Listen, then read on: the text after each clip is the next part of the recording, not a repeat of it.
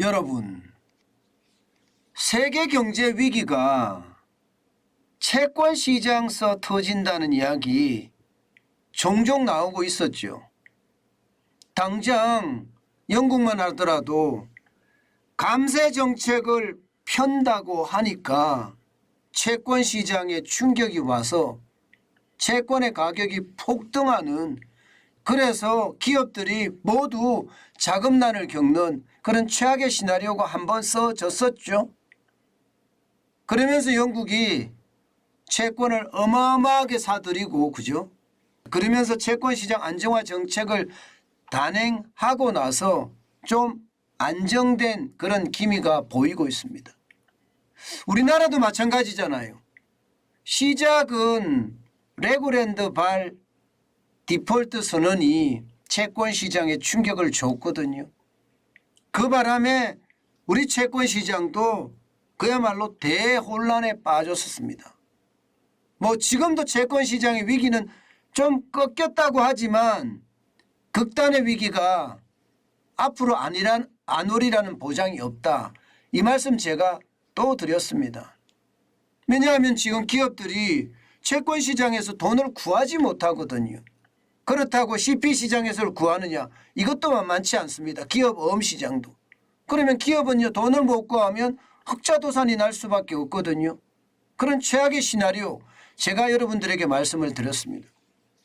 그런데 이번에는요, 대한민국도 아니고 영국도 아닙니다. 바로 미국입니다. 일단 이 지표를 한번 보시죠.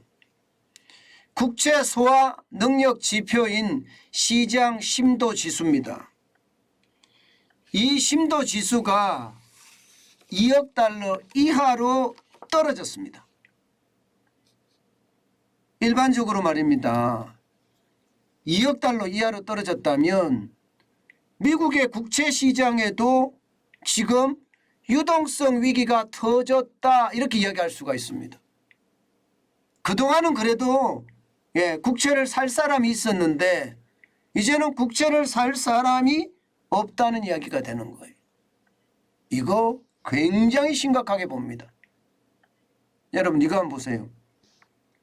지금 많이 올라갈 때 2013년에는요 이 지표가 16억 달러 수준까지 올라가는 거 여러분 보이시죠? 16억 달러 수준까지.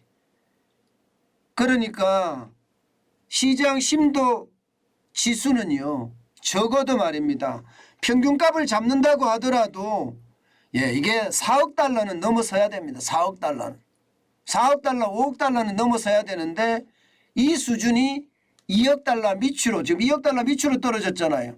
2억 달러 밑으로. 그렇게 떨어졌으니까 이거 봐라, 시장이 좀 위험해질 수도 있겠는데, 이런 생각을 할 수밖에 없고요. 심지어 말입니다, 2020년하고 한번 비교해 보세요. 코로나19가 덮쳤을 때 그때하고 지금 비교를 해보면 불과 그렇게 많은 차이가 나지 않습니다. 글로벌 금융위기 때하고 비교해 보더라도 간격이 점점 좁혀지고 있습니다. 그러니 시장의 위험은요 극대화된 상태입니다. 미국 시장에서 채권의 위기가 터질 수도 있어? 이렇게 지금 나오는 겁니다. 여러분, 미국 시장에서 채권의 위기가 터진다, 이 말은요 세계 시장을 경악해 만들 수가 있습니다. 채권 시장이 가장 크고, 그리고 채권 시장을 중심으로 해서 경제가 팡팡 돌아가는 게 미국이에요. 그런데 이 미국 시장에서 채권의 어떤 수준이 빙하기로 접어든다? 팔 사람은 많은데 살 사람은 없다? 이것은요 대한민국의 채권의 위기나 영국의 채권의 위기보다 더한 위기가 올 수도 있다, 이런 전망을 지금 하고 있습니다. 여러분, 왜 이렇게 그러면 위기가 왔을까? 이것도 우리가 생각해 볼 필요가 있잖아요. 당연히 고강도 긴축 정책 때문입니다. 금리가 높으니까. 금리가 높으니까 시장에는 위험이 올 수밖에 없지요. 여러분도 알다시피 지난 6월부터 자이언트 스텝을 단행해서 4연속 0.75% 금리를 올렸습니다. 그리고 연방준비제도의 대차 대조표도 쉽게 말하면 채권이죠. 채권을 내다 팔고 있습니다. 국채도 내다 팔고 있고 MBS라고 하는 주택저당증권도 내다 팔고 있고요. 중앙은행이 채권을 내다 팔면 어떻게 됩니까? 시중에 있는 유동성 달러를 흡입해 버리는 거죠. 계속 흡입하는 거죠. 그렇게 되면 시중에는 달러라는 현찰이 부족하겠죠. 금리는 금리대로 올리면서 시중의 달러를 빨아들이고 또 대차 대조표를 계속 맞춰가면서 채권을 내다 팔면서 시중의 달러를 계속 흡입해 드리고 그러면 채권을 살 돈이 없잖아요. 그럼 어떻게 되겠어요? 결국 유동성 위기에 빠질 수밖에 없는 게 현실이에요. 더 큰 문제는요. 지금 세계 각국이 자국의 화폐를 지키기 위해서 미국의 국채를 내다 판다는 사실이에요. 가장 큰 손이라고 이야기하는 일본조차도 미국의 국채를 시장에다 내다 팝니다. 그러면 어떻게 될까요? 국채는 더 쏟아지는 거예요. 일본이 사줘야 되는데 사주는 것이 아니라 오히려 내다 파니까 말입니다. 대한민국도 마찬가지죠. 미국 국채를 내다 팔죠. 많이 내다 팝니다. 우리도. 왜냐하면 외환이 불안하니까 외환을 막으려고 시장에 개입하기 위해서 현금을 시장에 풀기 위해서 국채를 내다 팝니다. 일본도 지금 마찬가지인 거고요. 중국도 마찬가지입니다. 중국도. 그러면 일본이나 한국이나 중국만 내다 팔까요? 그렇지 않습니다. 전 세계가 마찬가지예요. 전 세계가. 전 세계가 미국 국채를 갖고 있다면 이거 미국 국채를 내다 팔 수밖에 없는 그런 상황에 직면한 겁니다. 그러니까 너도 나도 국채를 내다 팔 수밖에 없는 거예요. 이렇게 내다 팔면 어떻게 될까요? 우리의 어떤 상황하고 영국의 상황이 미국에서도 똑같이 재현될 수밖에 없다는 게 지금 시장 전문가들의 이야기입니다. 실제로 말입니다. 신한투자증권에서 블룸버그가 산출한 미국 국채 변동성 지수를 조사했는데 200포인트 수준까지 치솟았습니다.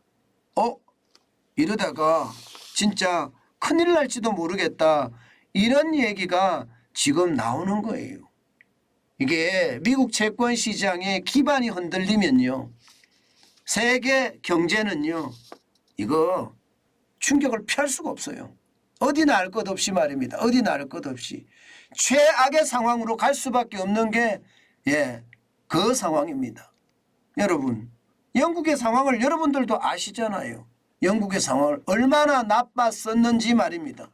여러분 보세요. 영국이 완전히 흔들려서 그리스보다도 말입니다. 영국 국채금리가 더 높았었던 적도 있습니다. 그리스가 세계 시장에서 최악의 나라잖아요. 그런데 5년물 국채금리가 영국이 4.579%까지 올라 치솟았습니다. 그런데 그리스는 4.058이고요. 이탈리아도 참 나쁘다고 하는데 4.079였습니다. 그게 9월 29일이거든요. 이런 상황이 지금 미국에서도 발생할 가능성 있다 이렇게 이야기합니다. 심지어 말입니다. 미국의 중앙은행, 연방준비제도죠. 미국의 중앙은행에서도 국채시장의 유동성이 역사적인 정상 수준을 밑돌고 있다 이렇게 이야기합니다. 역사적인 정상 수준을 밑돌고 있다.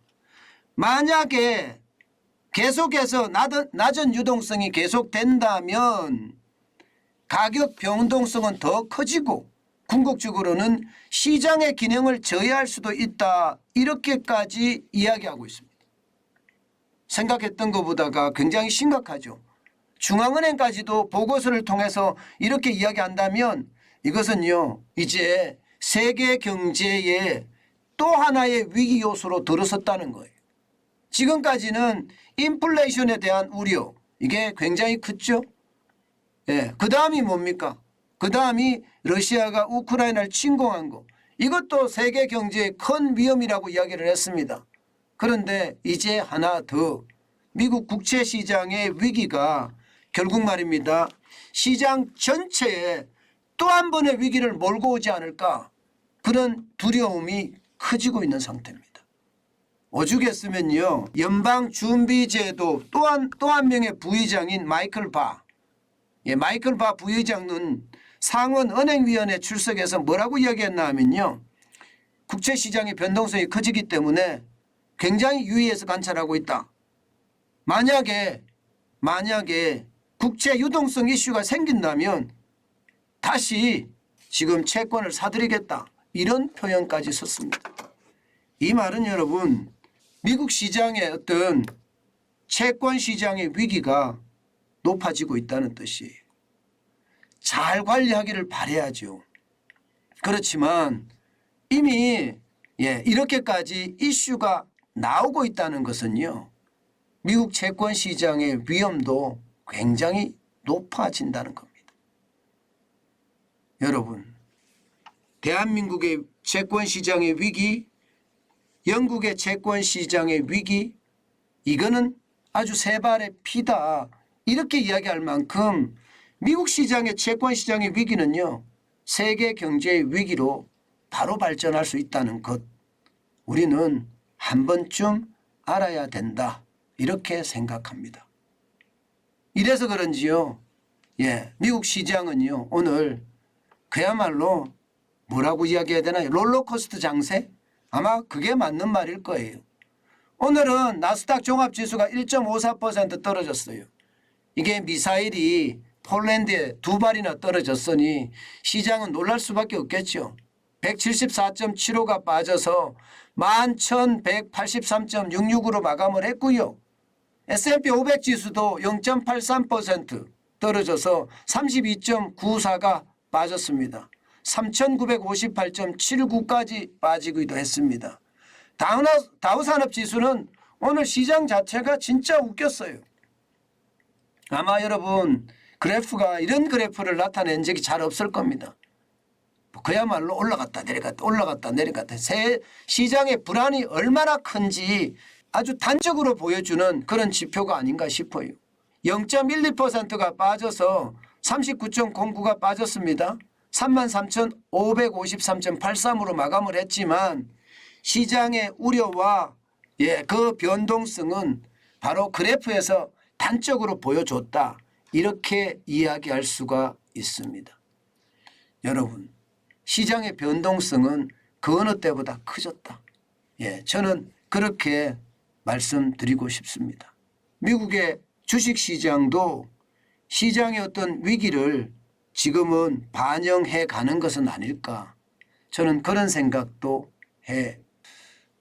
그만큼 말입니다, 위험의 도가 좀 커졌다, 이렇게 생각을 하거든요.